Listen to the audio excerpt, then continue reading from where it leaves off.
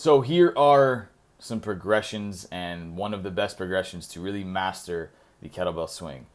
So bear with me here. We have a few drills that you're going to do in succession before we put them all together to really make a complete kettlebell swing. So first and foremost, we're going to start off with just a standard kettlebell deadlift.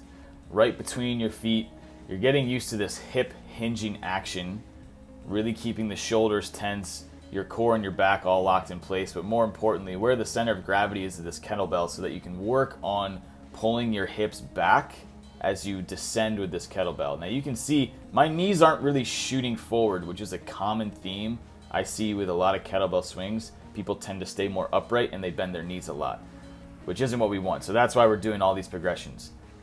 So number two, you can see I'm setting up in this, basically this hike football position, like you're a center in football where you're going to hike the ball through your legs to a quarterback. Now I'm going to do individual hikes where I bring that kettlebell right under my butt, right under my zipper, using my arms to really pull it back forcefully and reset on the turf about a foot in front of my toes each time. So this is how you're going to pick up the kettlebell every time you start any type of kettlebell swing. And you're also going to put it down the same way. So that's why we're going through this hike now. Now, we're going to blend that hike into one swing and put it down on the floor. So hike, swing, back to the hike, and down. So you can see through this, I'm starting to really get to the kettlebell swing where my hips are back and then they snap forward to really drive the kettlebell up into that swing.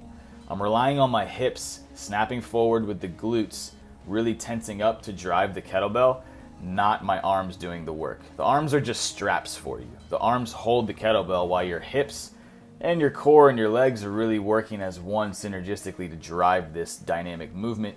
Now we're going to go into a hike that'll string together a ton of swings where my hips are driving back, my shoulders fold forward each time over my toes, but again, my knees aren't bending forward very far.